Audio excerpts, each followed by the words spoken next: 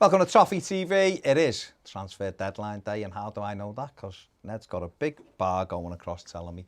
I'm joined by the lads from the Unholy Trinity podcast.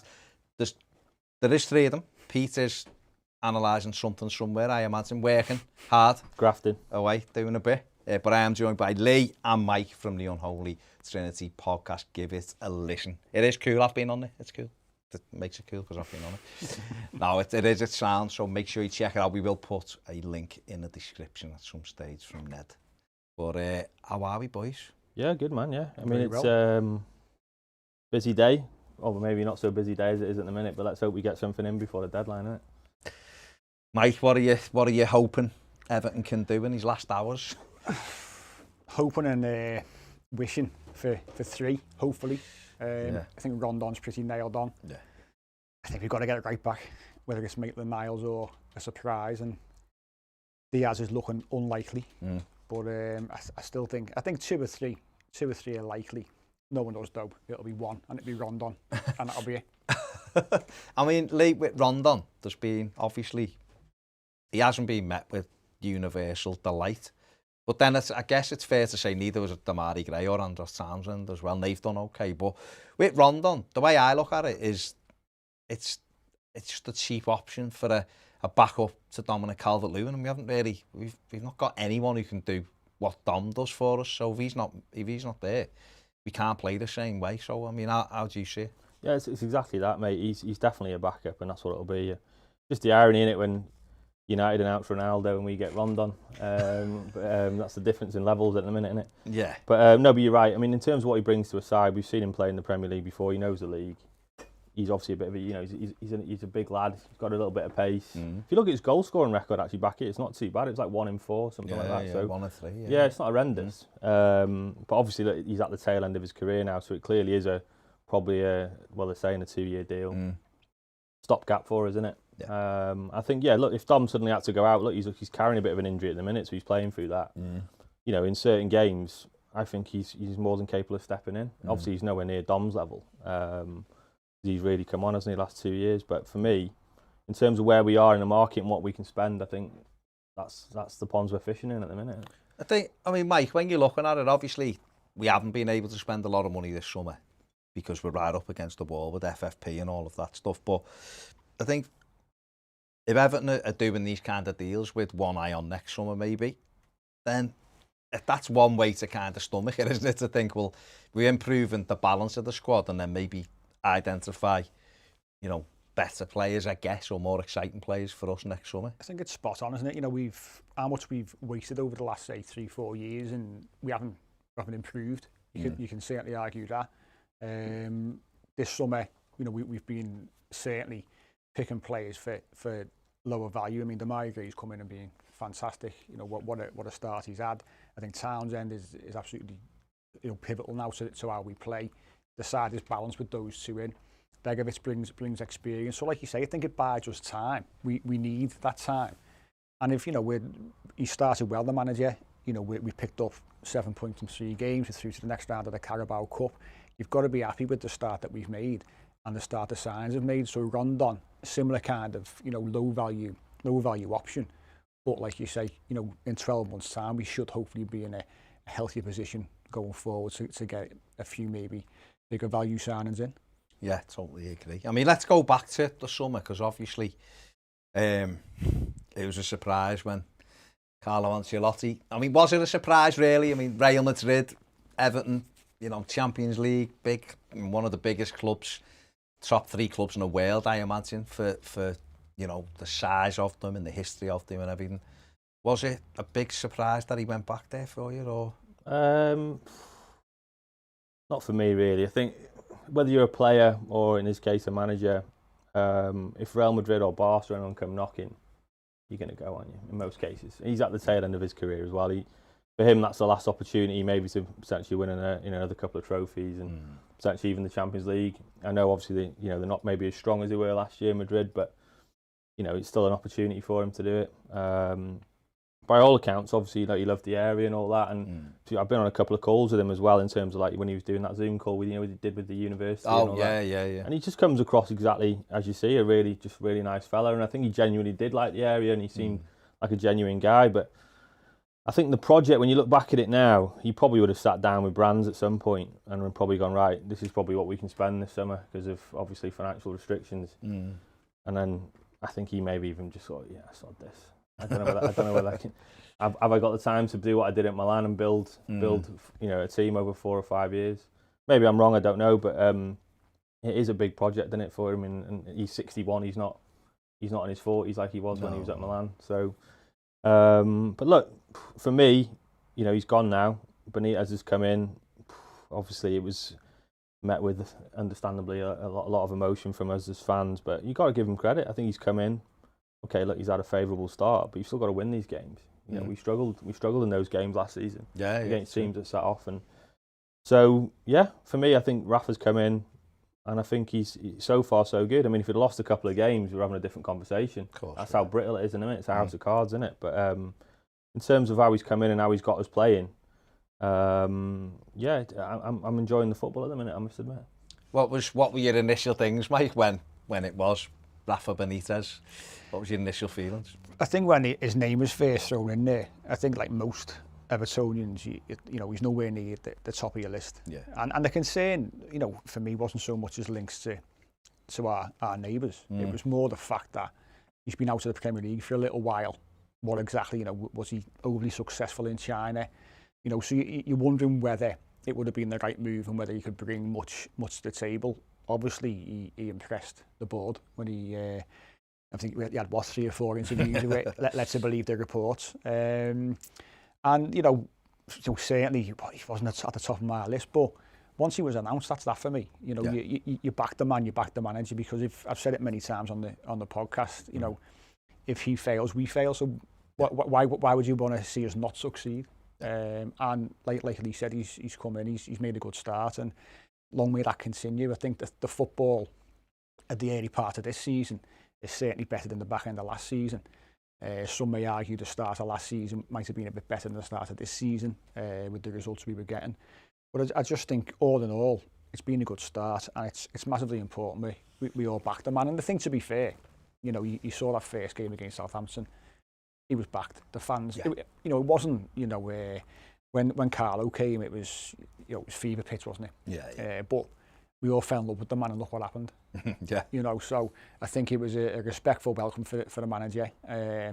He's got big shoulders. If he didn't, he wouldn't have taken the job. And long may the decent performances and us picking up points continue. Just on it is deadline day, so we will be talking about obviously players coming in and all that. I mean, how did you view the likes of how did you view the likes of Damari Gray and Andros Townsend coming in with Begovic? Were you, again, was it a case of like reality slapped me in the face here, or was it, well, we kind of do need what they bring? How did you view that? It's a tricky one, really, because obviously you want to be, I know you're a big fan of Bailey, I was as well. You want to be sort of going after these boys, and obviously by all accounts the lad wanted to come, didn't he? And then obviously we didn't have the cash to stump up at the start, so you're then thinking, well, Townsend's coming in. You're thinking, well, he's not really Bailey, and he's 30. But he's coming in, he's done it. They're honest pros. Yeah. Well, certainly Townsend is. Gray, so far, so good. I mean, he's looked good. I mean, he started, obviously, well when he went over in Germany, didn't he? And obviously tailed off, but couldn't get in the team. He had 2 good wingers over there. So it reminds me a little bit, almost like during the Moyes era, when we were having to try and pick up these little bargains, wasn't it? Yeah. And obviously, Moyes was known for obviously scoping them out as players. How well do they train? What they like as individuals around the group. And Benitez clearly, obviously, certainly knows Andros, but I've been pleasantly surprised with him, to be honest. But it's like we were saying off air. Then I think like with Damari, you stick anyone with pace in that team, they're going to stand out because it was so slow and laborious last season, wasn't it? Yeah. And he's come in, and massive credit. He scored 2 cracking goals. With the transition, we can transition a lot quicker. And even Townsend at the week, I thought Townsend played really well. He's not getting the plaudits, but you look at him chasing back for that block at the end. Yeah, at 2-0. If they score there, you suddenly got 3 or 4 minutes of hanging on. What's going on here. To be fair, look, you'd much rather, like I said, be going after players who are sort of 22, 23, like I said, like your Bailey types. But in terms of the budget we've got, I think they're two quite shrewd buys, to be honest. Mikey, I mean, Damari Gray, it's not now or never, but he's one of those players that's had loads of potential and never really put it all together. He's had flashes, but he's shown in the first 3-4 games for Everton that pace is a game changer for us. And he's direct, isn't he? And you said a bit like Kevin Morales, or someone had said today, he reminds me a little bit of, we haven't had someone who really drives at people the way Kevin Morales did, but I'm not saying that it's that same level and he's the same type of player. I just mean the directness Everton have been missing, haven't they? And he brings that, which makes us seem like a better team anyway. Yeah, I think when he was linked to Leicester, so before he moved there, I think he was linked with us at the time. Yeah. And I thought I was quite open to that move. Didn't happen. And always thought, I know at Leicester, I think he's got the record for the most substitute appearances in the Premier League for Leicester. He's got a crazy amount of appearances off the bench.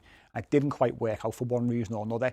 I've said it time and again, I think it shows the bravery of the lads to go abroad. You don't see it very often with players from over here to go and ply the trade abroad. He had a go, like Lee said, he started quite well over there and sort of tailed off. But I think he wants to play football. I think his attitude is right. Like you say, he's so direct, and he wants the ball in space. And we've seen it now in these first 3 or 4 games. Defenders hate it. They hate pace because they've got to back off. When he even was at Webster for Brighton, he's a big lad playing right back. He's about 9'3" playing right back. I've never seen anything like it. But because his legs are so long, he's deceptively quick as well. But even he, at times, struggled with the directness and the pace of Gray. I think he changed the game at Huddersfield when he came on. Yeah, he did. When we were down to 10 men. It shows the impact that he's having in our side. But both him and Townsend bring what we've lacked for so long, and that's balance to the side. We've got that balance now with those two. Richarlison a little bit more central, obviously Dom up top. So certainly that transition from defence to attack is much quicker, and you're then bringing through players like Decore as well, who's now offering a lot more going further forward. So all in all, the two of them, that balance that they're both bringing is massively important to how the manager wants to play. Yeah, definitely. I think that was a word I use loads, certainly with these players, is that the squad. I was asked before the season started by the Athletic actually just about how I felt, and I was like, well, just on the face of it, we are much better than we were last summer, with a manager, in my opinion, who's much more suited to this set of players than what the last one was. I think the last one with 20 world-class players is fantastic, but I think this fella hasn't got 20 world-class players, and he's great at getting the bits out, and I think it's all worked together. Balance is a great word. We're on deadline day, like we've said. What do Everton need to do in these last 8 hours in terms of that balance? Mike quite rightly mentioned Salomon Rondon. Spoke about him, good target man, strong, fantastic in the air if you push. I mean, I was watching a couple of his goals last night, and he heads the ball like some people shoot. If you put the right delivery in, it's incredible. So I think that'll add to the balance and give us that. But right back, Lee, isn't it? I mean, we're sat here with 8 hours to go. Mike again mentioned Maitland-Niles. It's up in the air. We don't know whether Arsenal are going to do. But is it a mystery that we're sat here with less than 8 hours to go and Everton still haven't addressed the right back for you? It's nuts, isn't it? It's like it's been 3 years now. It's not as if it's been like a short-term thing, isn't it? It's been we've brought Dean in obviously when Baines was coming towards the end of his career, and what a player he is. He's we were just saying before. I mean, absolute technician. Yeah. Lovely footballer. If we could get the equivalent on the right side, then obviously it'd be happy days. But unfortunately, it's not. Last season we were very lopsided, almost one-dimensional with the way we played. It was everything was down that side. Dean was almost like one of our most creative players, wasn't he? We just need to try and replicate that over there. Whether Maitland-Niles can do that, we don't know. The kid's an athlete though as well. He's quick. We saw him. We played against him against West Brom, and obviously stuck with Godfrey on that run. So the lads, as I said, is an athlete. But again, is that a short-term thing? He said before he wants to play in midfield, but now he's saying he might want to play right back. We don't really know. Dumfries is one. What happened there? Again, is it a cash issue? He played. By all accounts, the deal was trying to be sewn up before the Euros, wasn't it? And then he ended up having a very strong Euros himself. And his agent wanted a bit more then. Yeah, there you go. Himself, there you go. But the right back for me is a priority, because Seamus, he's been a great pro for us. I love him. I think he's been fantastic. When he was in his pomp, he was dynamic, wasn't he? We could do with that and Seamus 10 years ago. Put me on the right. Mate, he was brilliant. And obviously started as a winger, didn't he, and then dropped back a bit more. He's obviously improved him defensively. And he's just a great pro. You can see why, team managers have managed him and like him. And obviously a lot of the players there have got time for him. So, but unfortunately, he's only probably got another year or two left. So we'll see what happens there. But for me, that's the priority because we do need... we're talking about balance in wingers. We do need a balance on in the full-back position. If Maitland-Niles comes in, he's got to be probably further down on the list. But if he comes in, then great, because he'll give competition to Seamus, and Seamus won't be able to play every week. We know that. No. He's going to pick up injuries. So if we can get him over the line, I'd be happy enough with that. And then a right winger, innit? I mean. Who do we get? Who do we get there? I mean, Diaz obviously been linked, but he predominantly, you'll know better than me, probably plays off the left more, does he? He does. But then I suppose with that you can play him anywhere across the front three. He's a right-footed. Again, it's mad because he's a right-footed left winger. Charlison's a right-footed left winger. Gray is a right-footed left winger. Yeah. And really, what we were looking for was a left-footed right winger. And Leon Bailey. I apologise. Leon Bailey again. Would have been ideal, and a couple of other names have been mentioned, but haven't been able to quite follow that through. I mean, Jeremy Boger's another one who's been mentioned today. Sassuolo, I think would be a good sign as well. Electric, dribble, brilliant, but again, right-footed left winger. It's like nobody wants to play on that right-hand side apart from Andros Townsend, who is ironically a left-footed right winger. So it is one of them. But I guess with the right backs, Patterson's been mentioned at Rangers. Everton had a little look at him, but 19, is he really ready to come in and take over from Seamus now? You don't know, do you? But no, I mean, Mikey, a right back, it's got to be, hasn't it? Even if, is it fair to say that taking Rondon out, because it looks like Everton will announce that at some stage in the next couple of hours, if there's only one more signing, is it fair to say that has to be a right back? If Everton, I think we'd all agree, if Diaz is announced at 10 o'clock, we'll all be dancing, won't we? What a signing, brilliant. But if this window closes without a right back, is that a failure? I think so. Yeah, I think so. And I'm always, I try and be as balanced as I possibly can, because I think sometimes we're all guilty of being a bit too reactive at things. But I think after so long, that would be a big failure not to bring someone in. And again, I mean, you could even argue, if you bring an alone in, is that a failure? We're not tying down someone on a permanent deal to take over the mantle from Seamus Coleman over the next 12, 18 months. Is that a failure? Like you say, Patterson, would he be up to the job in 12, 18 months? Who knows? I'm not sure whether Gerrard would want him to come to the club anyway, just out of sheer spite. But I think that Maitland-Niles, if he's on a loan with a view to a permanent, wouldn't be a bad deal. He's athletic, like Lee said. He's your typical modern day fullback, assuming he wants to play his trade there on a permanent basis. But I think, we've got to come out of the window with a body, with a right back, because Seamus is getting on a little bit, and we saw at the weekend when he went down, got clattered for the penalty. I thought, here we go. This could be a few weeks out, and what are we going to do then? Then you start putting Holgate there, or Godfrey, and we're back to what we were doing last season. So it would be, if we come out of it now with Rondon and a right back, I think the window would have been a 6 out of 10, 6.5 out of 10. If you throw in a right winger, then you're going to 8 and 9 territory for me. In terms of balance. I think so. I think so. But there's still a good few hours left, and I'm still expecting a last-minute dash around the supermarket for a right back. To be honest, I think one will come through. Whether it's Maitland-Niles, who knows? I'm just going to throw this out there just for the hell of it, but John Joe Kenny, good enough, not good enough? Not for me. Okay, that's straight answer. Yeah, but it's a discussion we've had many a time, and I think I want him to be good enough. I just don't think he's what we need. No. And it looks like John Joe's got 7 hours or something, or 8, whatever it is, 7.5 hours to go. I think he'd probably end up staying, but was he good enough for you, Lee? No, I don't think so. When he first came in, he showed snippets, in terms of his delivery, because if Seamus has got a weakness, he struggled with his final ball. He always has done. It's just the way he plays, his technique, and he's never been you're looking at a whipper of the ball, and I think if we had that on the other side, that's what I'd want personally. Obviously, as I said, Luca on the other side's got it. And we just need someone who can just whip across. Like Reece James or something like that. Yeah. I mean, he's obviously like, a great technique. Our neighbours have it from either side, don't they? And you know, if you had that, we could replicate it with Dominic Calvert-Lewin and Richarlison getting in there. Then because they're both of them two are great in the air, aren't they? And Rafa's identified that. You can clearly see. You know, he wants crosses whipped in. Dare I say, it's almost very Everton-like the way we've been playing, isn't it? Do you know what I mean? Like faster football, crosses in the box.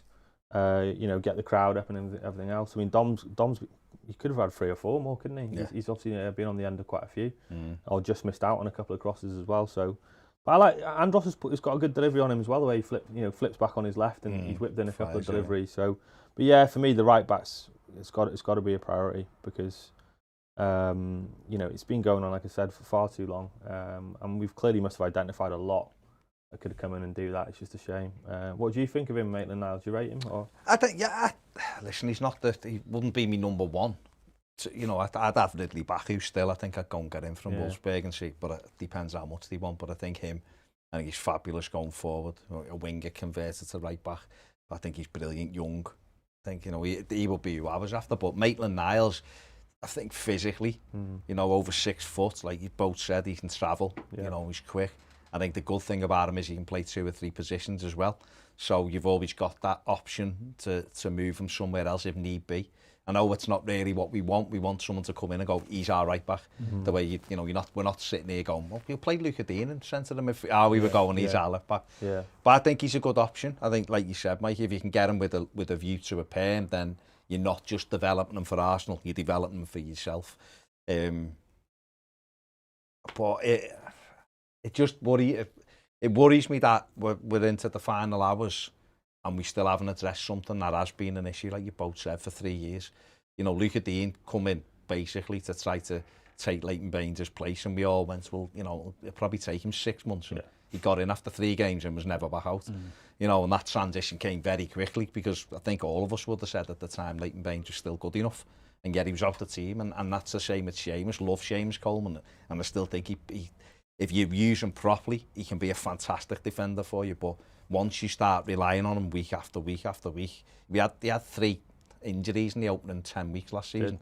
You know, and we're always, like you said, when he went down, you're thinking, is he all right? Because we are left with, it's John Joe having to play now. Whereas if you had a Maitland-Niles, say, to put in, and Coleman could be someone who you can go, well, you're going to rest for a little bit. And don't forget, Seamus as well is an option, putting him on with 15 minutes to go. Because he just flies forward. So if he was even in front of Maitland-Niles at times as an option, you know, so you have to look after those kind of players. But I agree with the period. If the window closes and we haven't got a right back in, it is a failure.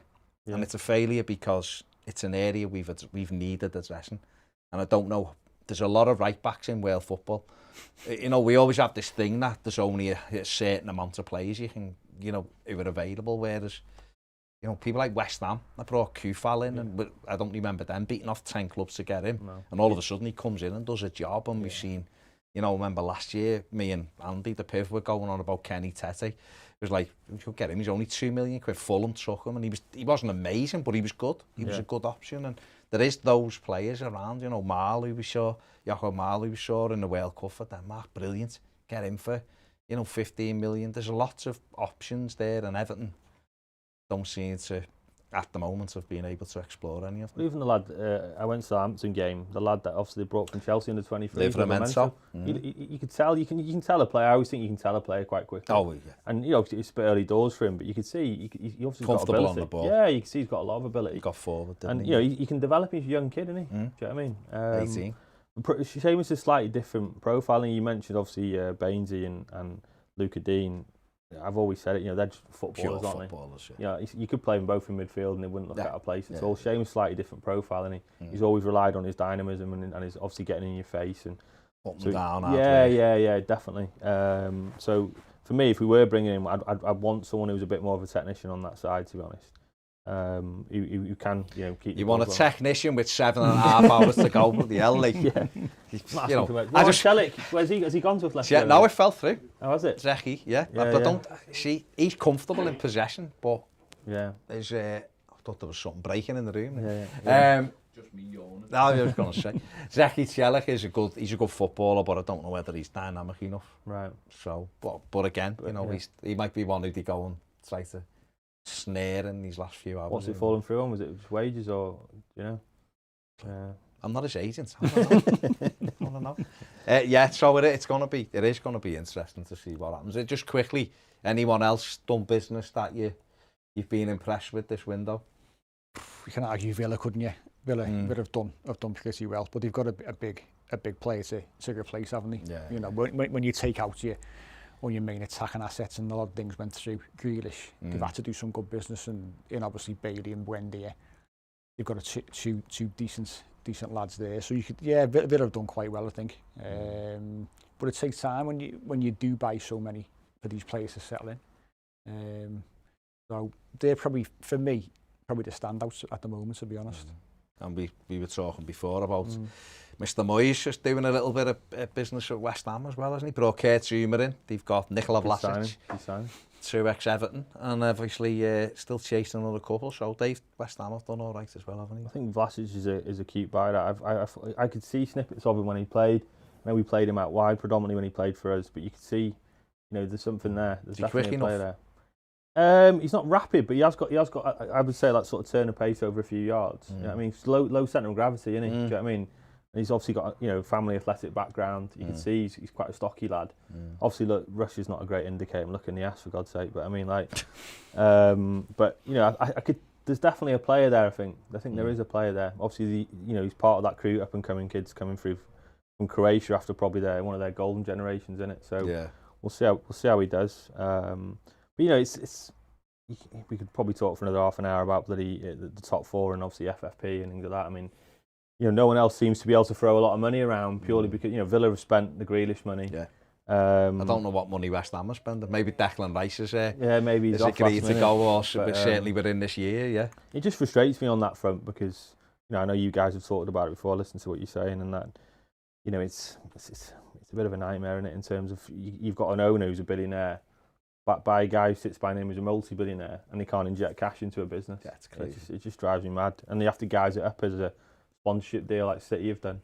And if it doesn't quite fit, we'll take you to court, and then you can just go. I mean, it's an absolute farce. I think the irony of it, but I think what's going to happen is that is going to change in the next 3 or 4 months. The whole rules, and and maybe, I don't know, maybe Everton will look and go, well, if that does change by Christmas, then January, we'll be able to do a little bit more. I don't know, but certainly I would expect by next summer us not to have the constraints we've got right now.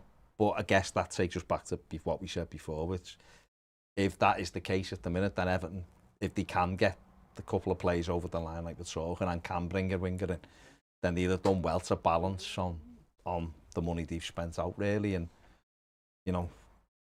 that's all we can hope for, isn't it? Just finally, and it is finally, James Rodriguez is...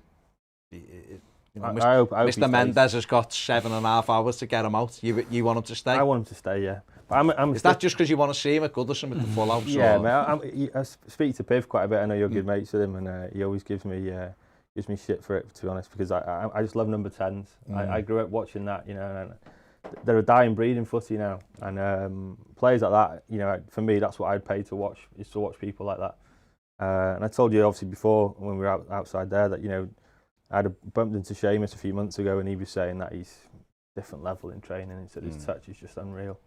Players like that who don't rely on pace, but their touch is so good and their vision and play with your head up and stuff like it's for me.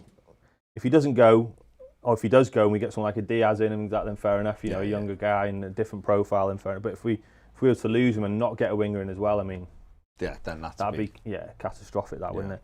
But I personally hope he stays. Because he's as I said, he's just a top footballer. Let's see what happens. Fair dues. Mikey, what camp are you in? Stay or you're not bothered? I think he will stay. I think any kind of sort of him being a make-weight, any kind of deal's gone. So I think he'll stay.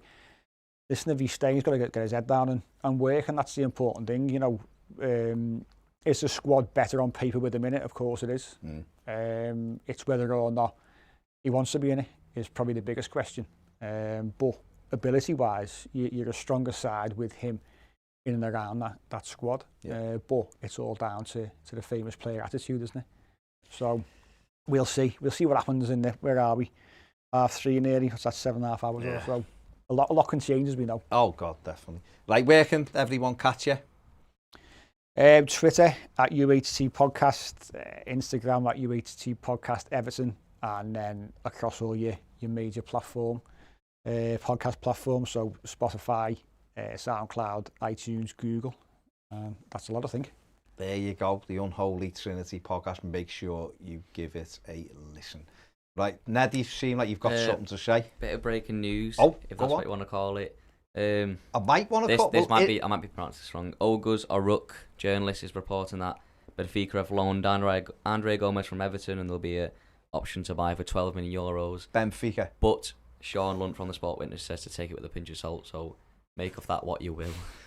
Andre Gomez. Interesting. Okay. I mean, you never know what that could kick something else off. Matheus Nunes, maybe. Who knows? Could be a mad last 7 hours. Who knows? He's not been the same since that injury, has he? No, he's not. I think he's a footballer again. Another good footballer. He's just not. He just lost that little burst he had ever since that injury. Cause it was a horrible injury, wasn't it? Yeah, it was terrible, yeah. But if maybe it is to release cash up to get someone that you don't know, do you? Let's see. Could be an interesting last 7.5 hours, and you will be. Well, we'll be here all night. We're going to the Titanic.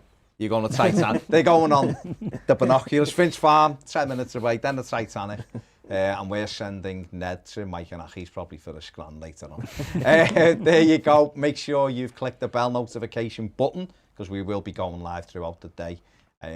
Give this video a thumbs up. Subscribe if you haven't. Check out the lads on the Unholy Trinity podcast as well. And we will see you later. Take it easy.